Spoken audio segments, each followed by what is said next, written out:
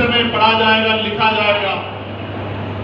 हो सकता है आने वाली पीढ़ियां मुझे किस तरह से देखेगी, मैं इस बात को आज नहीं कह सकता। वर्तमान में जिन लोगों से मैं सवाल करूंगा वो लोग इस बात को किस तरह देखेंगे, हो सकता है मेरी आलोचना भी।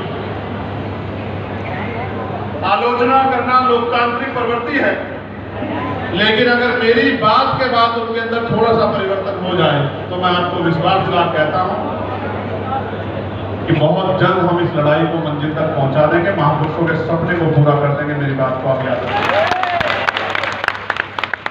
प्यारे भाइयों, किसी भी समाज की नींव होती है उस समाज का पढ़ा लिखा सक्षम समाज, जो दफ्तर में बैठता है, जिसके घर में 1 महीने का राशन होता है, जिसको अपने बच्चों की फीस के लिए सोचना नहीं पड़ता, कपड़ों के लिए सोचना नहीं पड़ता, जिसके पास 4 पहियों की गाड़ी है, सुख सुविधाएं हैं, वही समाज किसी भी आंदोलन का समाज का नेतृत्व करता है। और आज मैं संभावित खतरे बता रहा हूं। सुप्रीम कोर्ट में अभी एक पिटीशन दाखिल हुई कि SC ST में भी क्रीमी लेयर होना चाहिए। बहुत गंभीर बात है मेरे भाइयों, सुनना।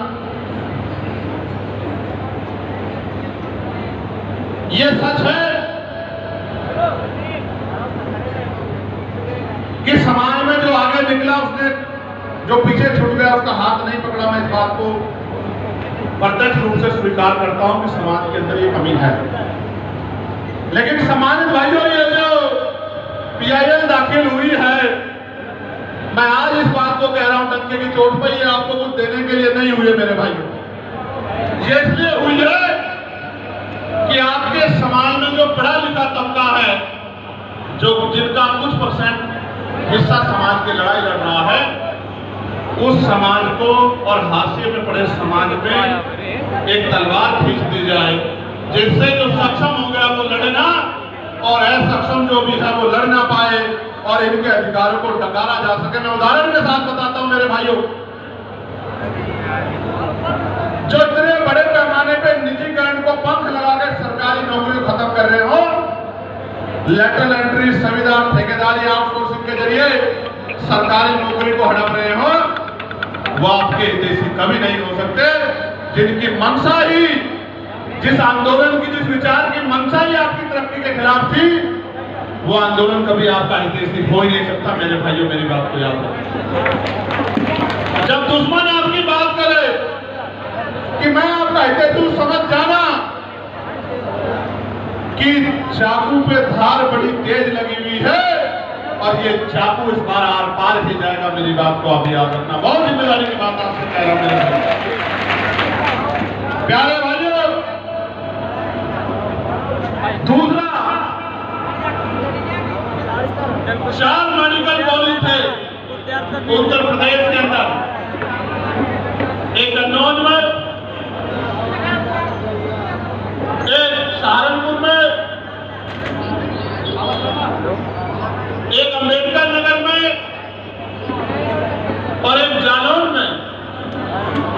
जिन 4 मेडिकल कॉलेज में पूर्ववर्ती सरकार ने, क्योंकि उनको मौका मिला था, शेड्यूल कास्ट के लोगों की, वो जो निर्माण हुआ है मेडिकल कॉलेज का, स्पेशल कंपोनेंट प्लान के पैसे से हुआ। जो पैसा शेड्यूल कास्ट के लिए, उनकी तरक्की के लिए, उनके भविष्य के लिए, उनकी योजनाओं के लिए, उनको पैरों पे खड़ा करने के लिए, उनके विकास के लिए आता है, पैसा बजट में आता है, उस पैसे से निर्माण हुआ था। और मेडिकल की पढ़ाई महंगी है। बाकी बहुसंख्यक स्कूल कॉलेजों में से उन 4 कॉलेजों में आरक्षण की संख्या बढ़ाने का काम किया था। लगभग 340 सीटों में आरक्षण को मजबूत करने का काम किया था। कल उसमें आदेश आया कि वो आरक्षण गलत है और वो आरक्षण खत्म होना चाहिए।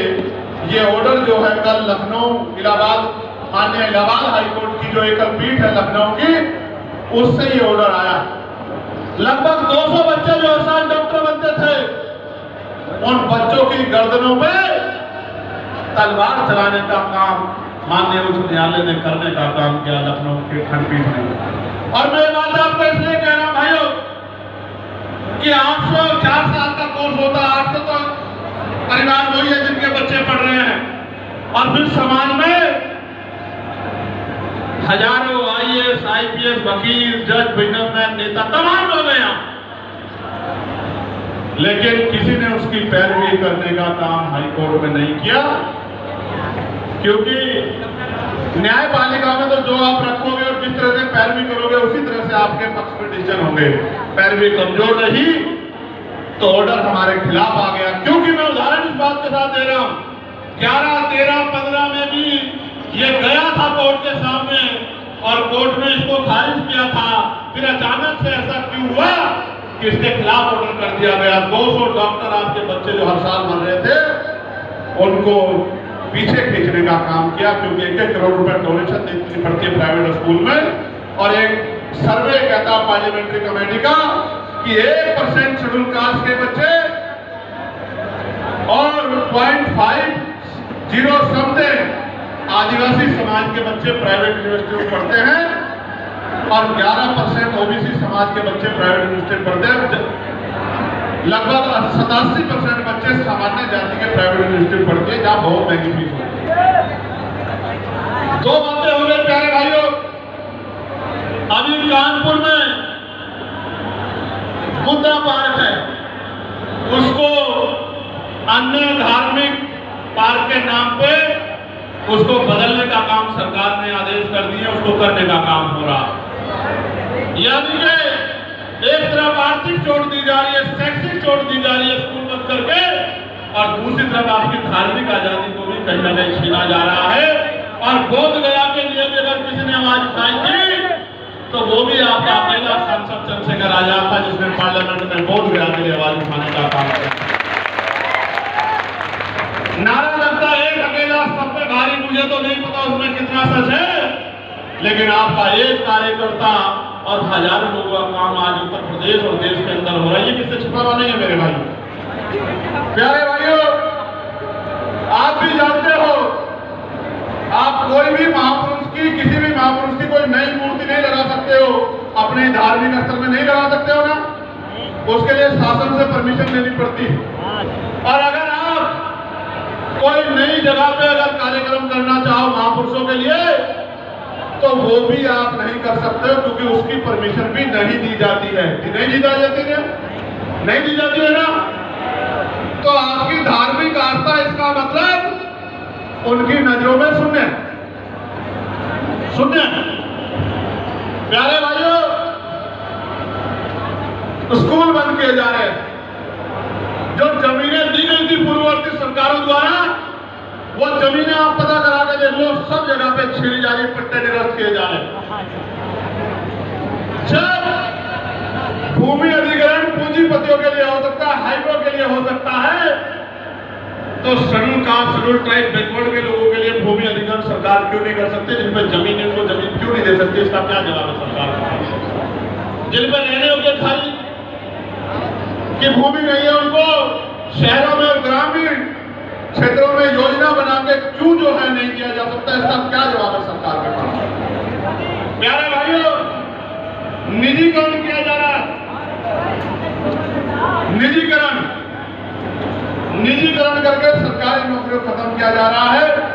ये बातें मैंने आपको इसलिए बताई प्यारे भाइयों, जो असल पीड़ा है वो ये है, जिसमें हो सकता है आने वाली पीढ़ियां वर्तमान में मेरे बारे में क्या सोचेगी।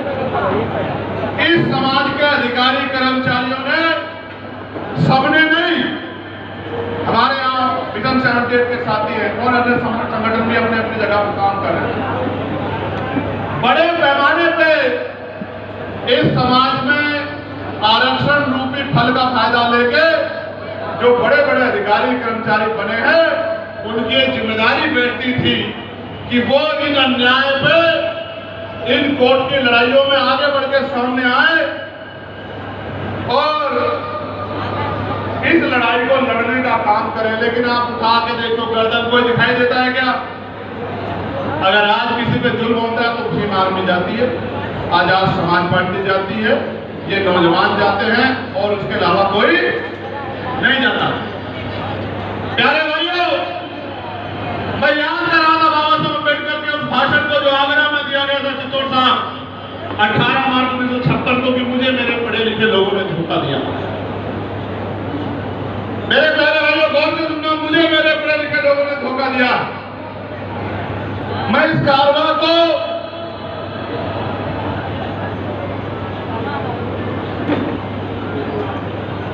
आप बहनों के पास उठो जाओ, इधर आ जाओ।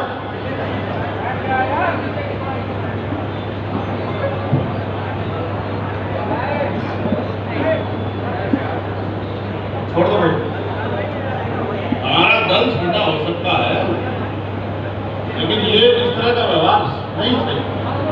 आप दूसरे दलों में नहीं पता, आप लोगों को चढ़ने नहीं देते, मंच को कोने में खड़ा कर देते और नेता के आसपास भी नहीं जाने देते कि भाई नेता को कोई पत्रकार को नुकसान न पहुंचाए। यार इतना सम्मान है, फिर भी ऐसा नहीं कभी बीच में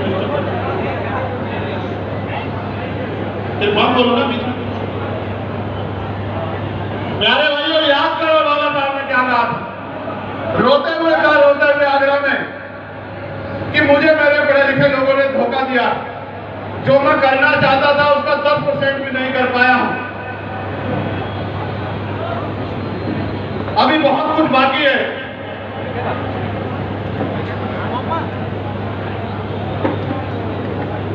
मैं इस कारवां को जहां तक पहुंचाना चाहता था वहां तक नहीं पहुंचा पाया।